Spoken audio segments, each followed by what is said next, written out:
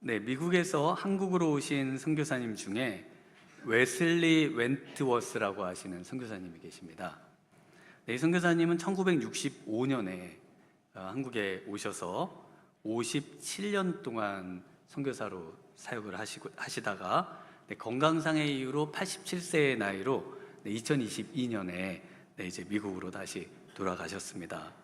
이분은 버지니아 공과대학에서 이 IBF라는 선교단체를 통해서 예수님을 영접하시고, 그리고 졸업하고 회사의 그 한국 파견 회사원으로 1965년에 한국에 오시면서 자비량 선교사님으로, 그래서 누군가의 후원을 받지 않고 스스로 생활비를 책임지면서 선교 활동을 하셨던 분이십니다. 이분이 선교 사역에 중점을 뒀던 것은 이제 대학생들, 그리고 교수님들 이런 분들에게 복음을 전하고, 또 그 당시 기독교 문서 사역이 아직 활발하게 이루어지지 않은 때였기 때문에 기독교 서적을 번역해서 소개하거나 또는 기독교 서적을 전달해서 기독교 세계관이나 또 이런 사회 참여, 기독교인으로서 살아가는데 필요한 것들을 공급하는 일로 많이 수고하시고 애쓰신 선교사님이십니다. 그래서 이분의 한국 이름은 원이삼 선교사님이세요. 자신을 소개할 때 원이삼입니다 이러신 다음에 미국 사람이 원이삼이라 그러면은 원투쓰리입니다 이렇게 원이삼, 그래서 원투쓰리라고 이렇게 늘 자기를 유머스럽게 소개해 주셨던 선교사님이십니다. 2022년에는요 한국 사회 인재 양성에 기여한 특별 공로자의 자격으로 법무부 장관에게서 직접 대한민국 국적을 받기도 하신 아주 그렇게 훌륭하신 분이십니다. 이분이 이 IBF에서 이제 예수님을 영접하시고, 그래서 한국의 IBF 발전에 많은 기여를 하시고, 또 IBF에서 많은 그 강연들을 해주셨습니다. 한 번은 그 간사님들과 또 대학의 대표들을 모아놓고 이제 강의를 한번 해주신 적이 있습니다. 저도 이제 그때 처음 뵀는데요. 이분이 강의하시는 중에 이런 말씀을 하세요. 다른 선교단체와 또 이 IBF와 차별이 있느냐, 다른 점이 있느냐 물어보시는 거예요. 그전에는 그냥 열심히 그곳에서 성경 공부하고 또 전도하고 예배드리고 이러면서 생활을 하다가 이분이 뭔가 다른 점이 있는지를 묻는데 다른 점이 뭔가 생각해 본 적이 없는 거예요. 그래서 이제 여러 명이 성경 공부가 다릅니다 이러면은 다른 데도 성경 공부를 다 하지 않느냐, 전도를 열심히 합니다, 더 열심히 하는 데도 많다, 이제 별로 다른 게 없는 거예요. 근데 다른 게 없으면 굳이 선교단체로 존재할 이유가 뭐가 있느냐, 이런 질문이셨어요. 교회와 다르게 선교단체는 필요에 의해 있기도 하고 없어지기도 하는데 특별히 있어야 될 이유가 있느냐는 겁니다. 그러시면서 이분이 아주 강력하게 도전하신 내용이 있었습니다. 그게 뭔가 하면은 바로 학생 자발 운동이라는 거였어요. 그래서 EDM S를 강조하셨는데 복음 전도와 제자 삼기와 그 다음에 선교와 그리고 학생 자발 운동이라는 겁니다.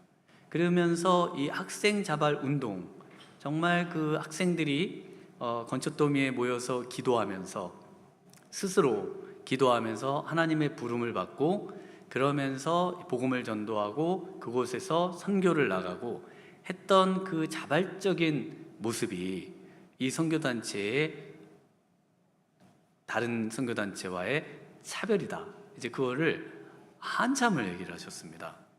그래서 제가 그때 너무 감명을 받고요.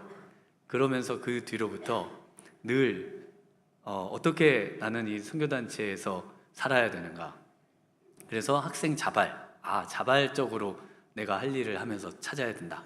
그래서 제가 그때부터 이 대학들을 돌아다니면서요, 그리고 예배 후에, 그리고 그 정신에 대해서, IBF 정신에 대해서 이제 학생들에게, 학생 자발 운동이기 때문에 우리가 자발적으로 우리가 할 일들을 찾아서 해야 한다. 이것들을 계속 학생들을 독려하고 그러면서 대학들을 돌아다녔던 적이 있습니다.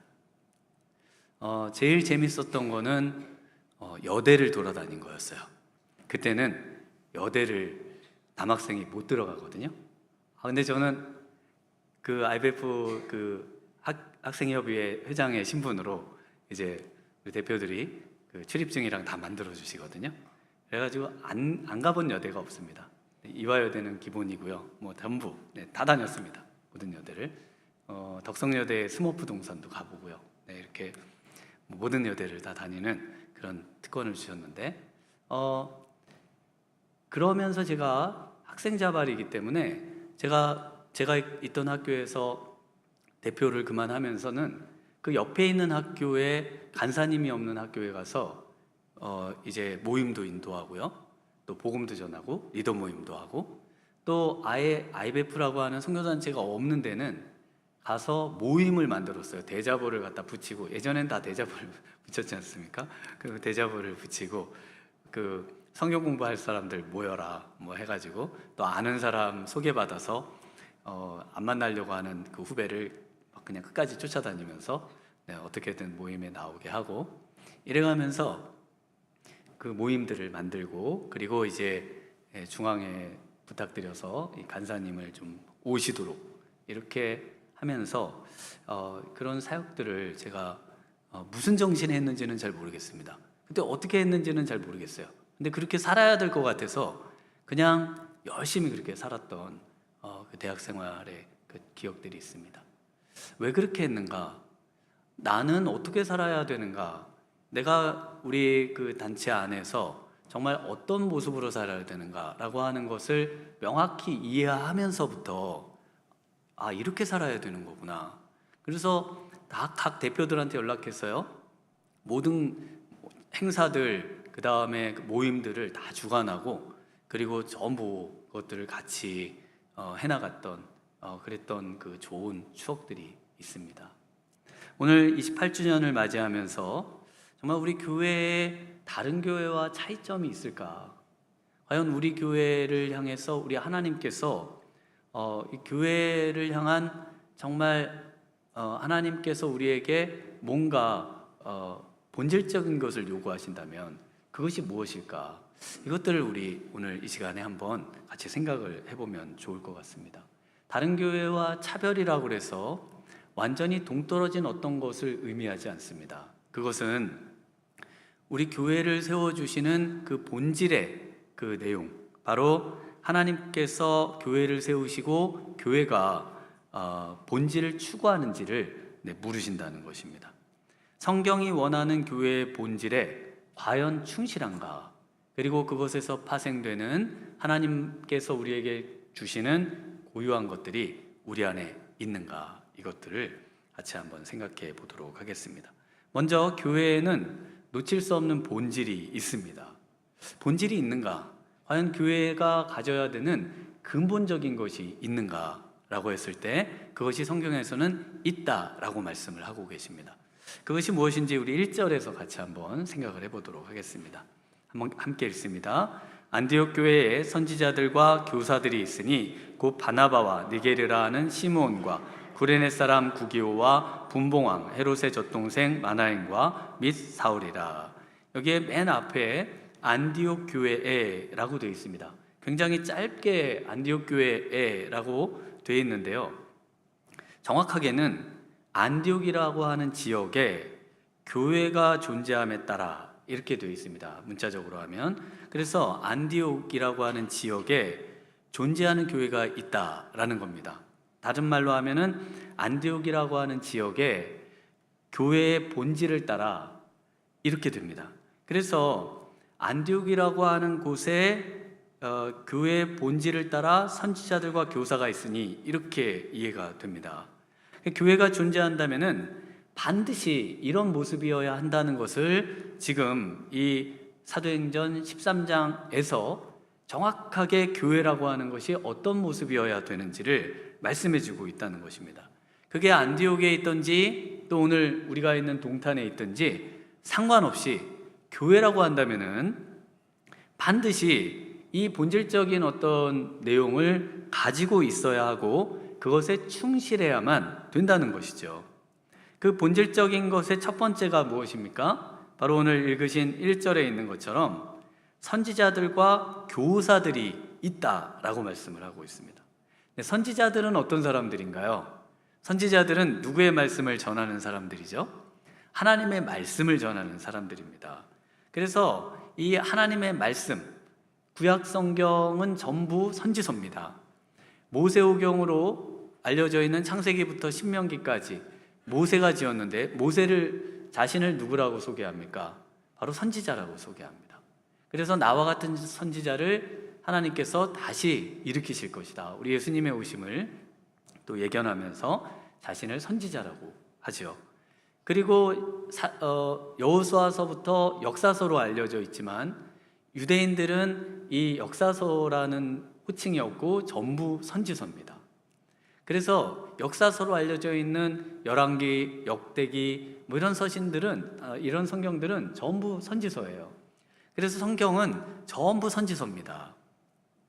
그래서 에베소서 2장 20절에 너희는 사도들과 선지자들의 터 위에 세우심을 입은 자라 그리스도 예수께서 친히 모퉁이 돌이 되셨느니라. 사도들 바로 신약 성경이고요. 선지자들 바로 이 구약 성경을 의미하죠. 그 터 위에 교회가 세워져 있다라고 말씀을 하고 있습니다. 교사들은 어떤 사람들일까요? 교사들은 하나님의 말씀을 가리키는 사람들입니다. 그래서 교회는 놓쳐서도 안 되고 끝까지 고수하고 붙잡고 전파해야 하는 사명은 바로 이 하나님의 말씀과 하나님의 말씀의 권위입니다. 하나님의 말씀입니다. 그래서 하나님의 말씀은 믿음으로 받아야 되는 줄 믿습니다. 하나님의 말씀은요, 하나님의 말씀은 우리의 토대예요. 이것이 없이는 우리가 신앙생활 한다고 할 수가 없고, 이 하나님의 말씀을 제쳐두고는 다른 어떤 것을 한다고 한다면 그것은 하나님께서 원하시는 본질적인 모습이 아니라는 것입니다.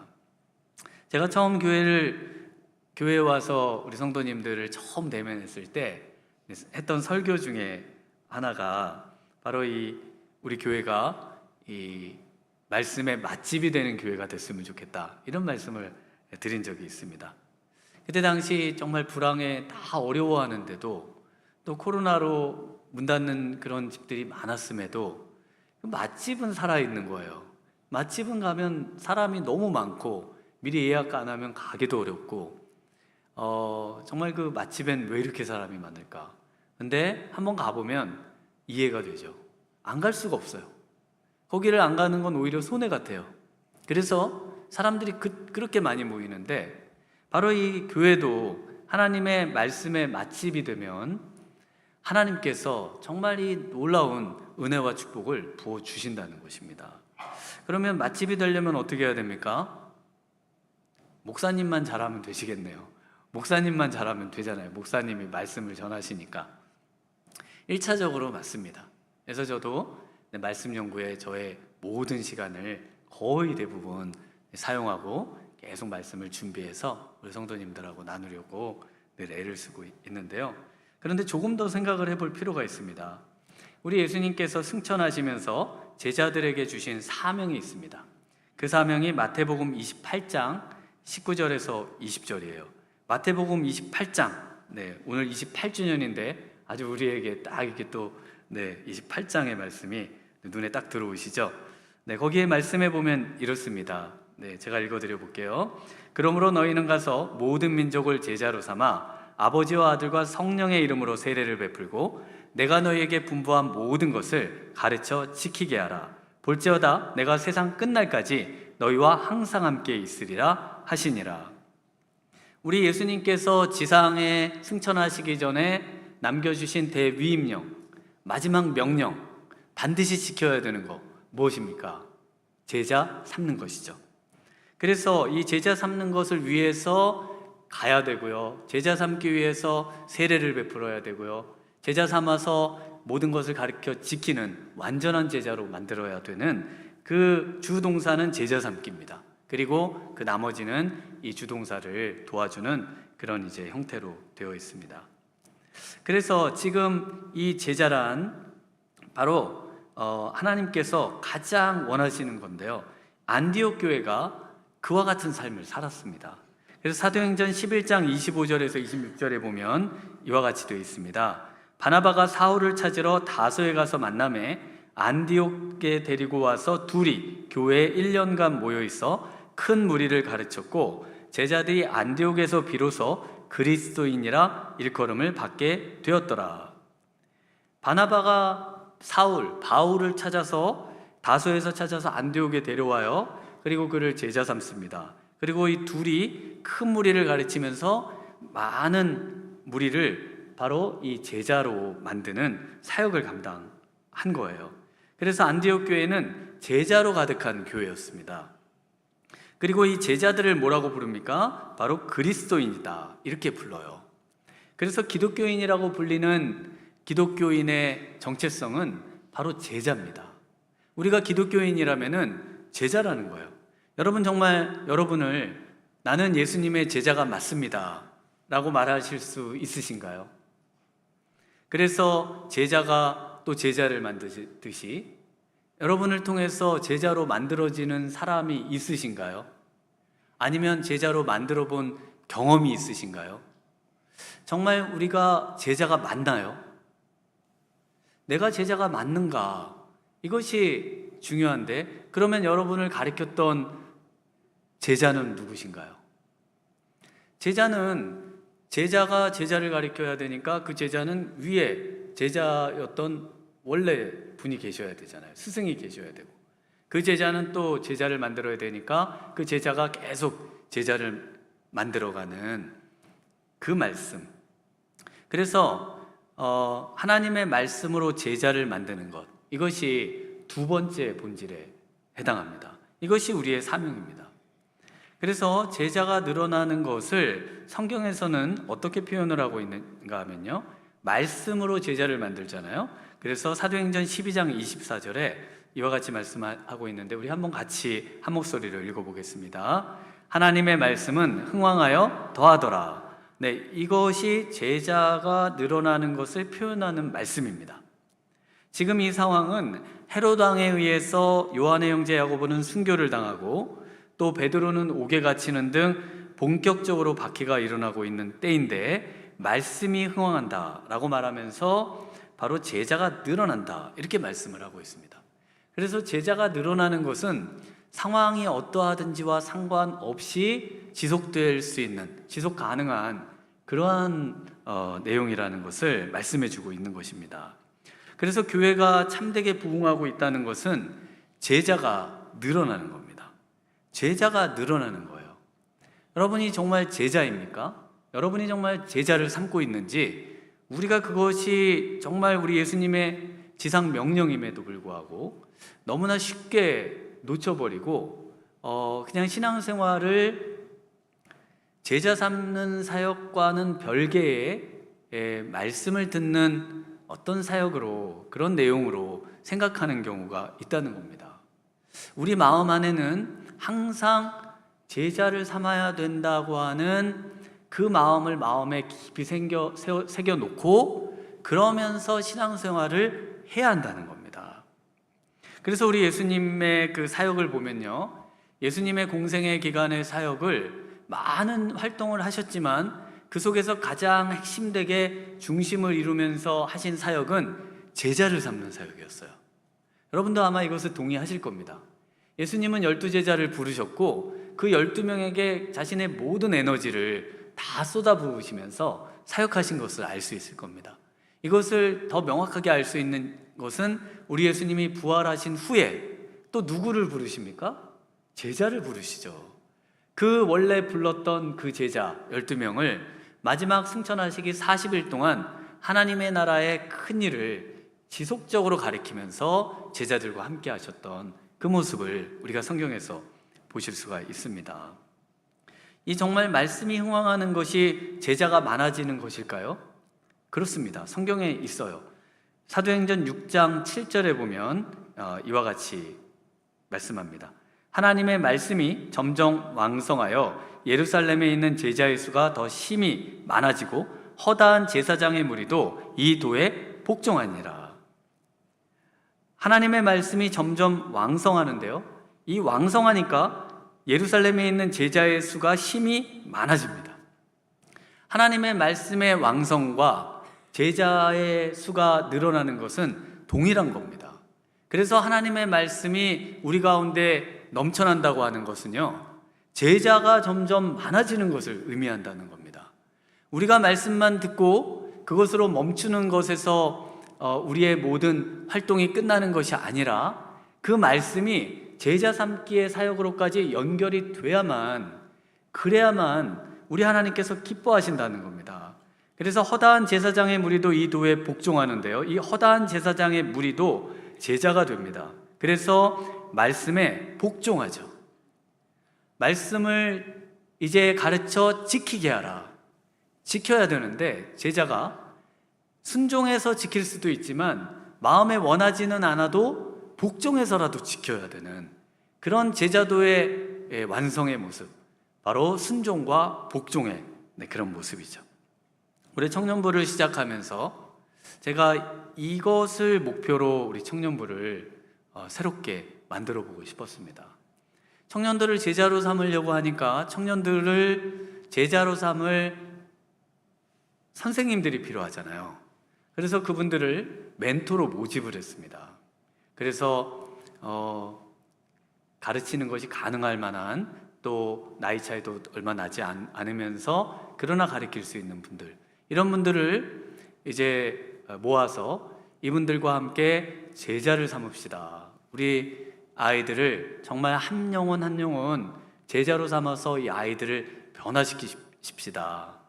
왜냐하면 한번 생각해 보세요. 우리 아이들 얼마나 귀하고 소중합니까? 이 청년들이 자라서 이제 사회에 또 요직으로 나가서 곳곳에서 정말 이제 그리스도인으로 살아야 되는데, 그때 정말 그리스도의 그런 책임을 잘 감당하는, 그래서 그곳에서 정말 복음을 전하고 또 하나님 나라를 확장할 그런 일꾼들을 만든 귀한 청년들 아닙니까? 이 한 영혼 한 영혼이 너무나 귀한데 마치 이들을 이렇게 그냥 뭉뚱그려서 이해를 하는 경우들이 있는 것 같아요. 그래서 우리 멘토 분들이 한 영혼 한 영혼을 한 분 한 분 제자로 만들어가기 시작합니다. 한 영혼 한 영혼 한 명 한 명. 네, 이것이 이 땅에 교회에 주신 사명이고요, 이것이 우리 미랄교회가 정말 짊어지고 나아가야 할 사명이라는 겁니다. 바라기는 정말 이곳에 계시는 우리 모든 성도님들이 우리 예수님이 그토록 원하시는 제자 삼는 사역, 정말 우리 성도님들이 이 제자가 되고자 하는 열망을 가지고 더 저의 말씀도 듣고 또 신앙생활을 하고 또 제자가 돼서 제자를 만들어내는 그런 일에 힘쓰시는 우리 성도님들 되시길 주님의 이름으로 축원합니다. 네, 우리 제자 삼기는요, 성경 공부로만 되는 것이 아닙니다. 제자 삼는다고 하는 것은, 오늘날의 어떤 제자는 선생님과 학생이 이렇게 지식을 전달하는, 그래서 배우고 거기서 끝나는 그런 어떤 제자와 선생의 관계가 이해가 되신다면은, 예수님 당시에는 제자는 선생님과 함께 사는 사람들이에요.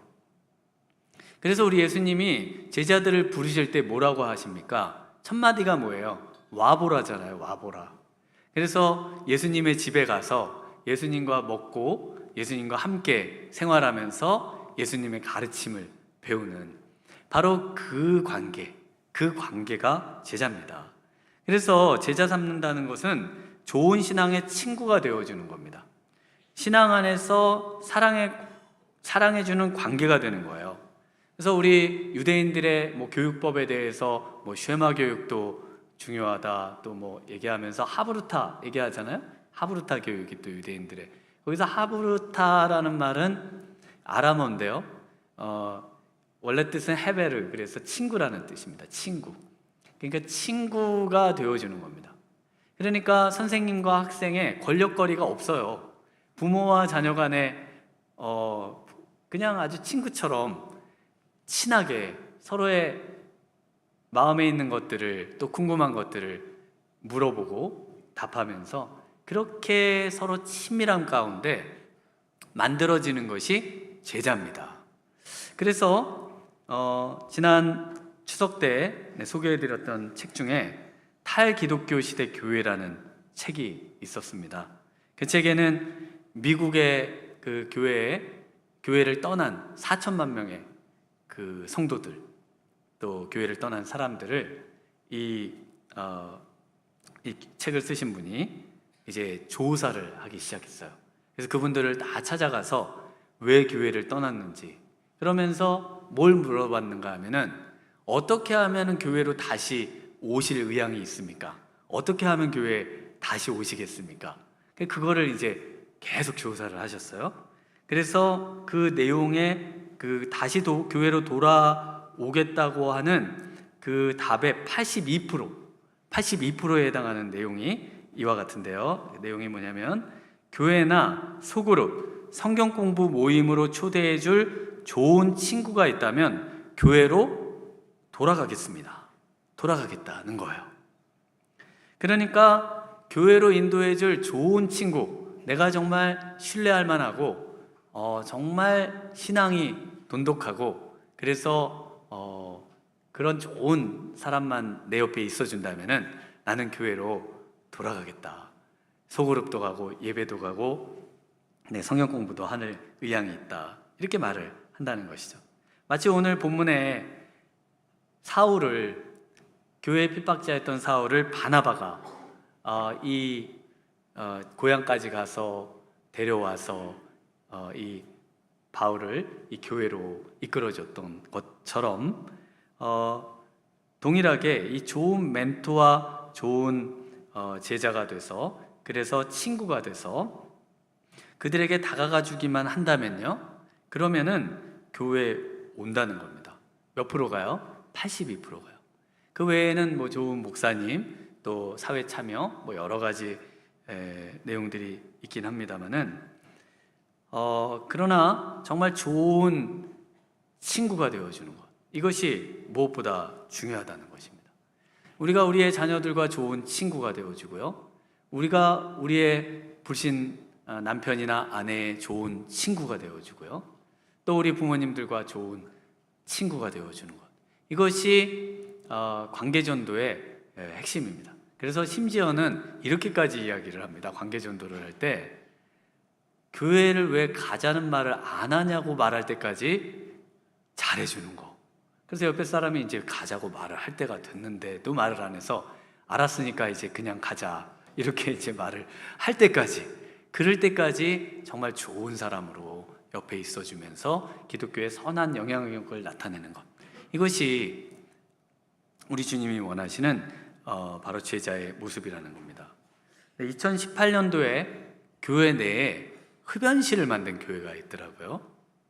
저는 이제 시골에 있다 보니까 이런 교회들의 소식들을 못 듣다가 지난 세미나에 이 교회에서 그 장소를 빌려줘서 그곳에서 이제 좋은 세미나를 이제 열어서 거기서 참여하다가 그 교회 소식을 들었습니다.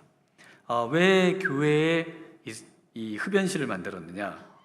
이 교인들 중에 남편들이 담배를 많이 피는데, 담배를 피기 때문에 교회는 못 들어오고, 아내와 아이들은 교회에 들어가게 하고 밖에서 서성이다가 이제 끝나면은 합류해가지고 이제 픽업해서 또 집에 간다는 거예요.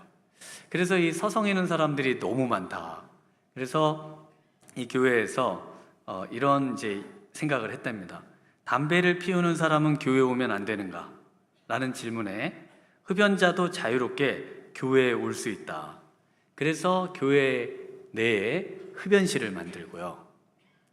그래서 교회와 이 담배 피는 사람들의 담을 허물고, 교회와 세상의 문턱을 낮추고요, 교회와 세상의 벽을 허물고요. 그래서 담배 피는 사람도 밖에서 서성이며 기다리지 말고 안에서 담배를 피면서 기다려도 된다.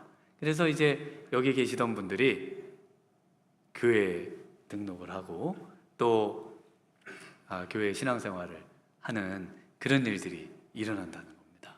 그래서 처음 교회 흡연실을 만들고 나서는 이단 아닌가, 교회가 이단이다, 뭐 이런 이야기도 듣곤 했다고 합니다.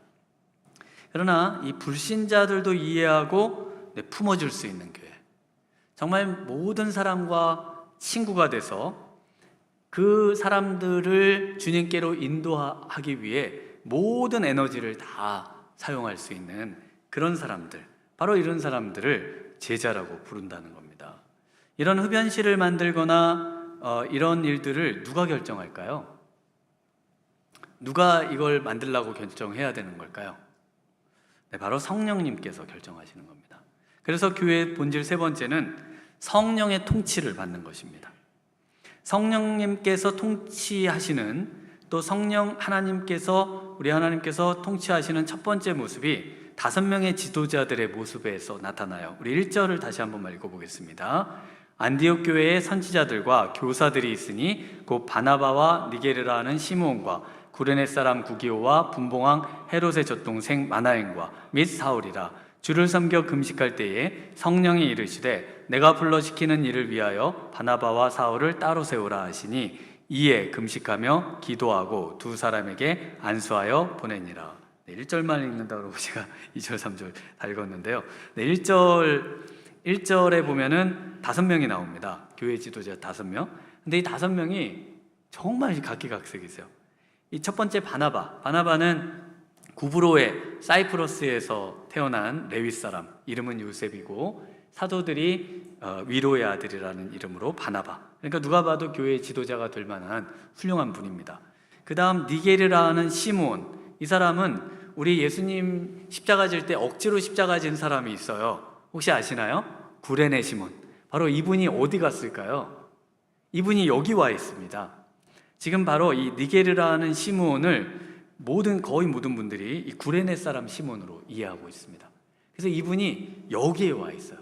여기서 지금 교회를 섬기는 사역을 감당하고 있습니다. 아프리카 사람이죠.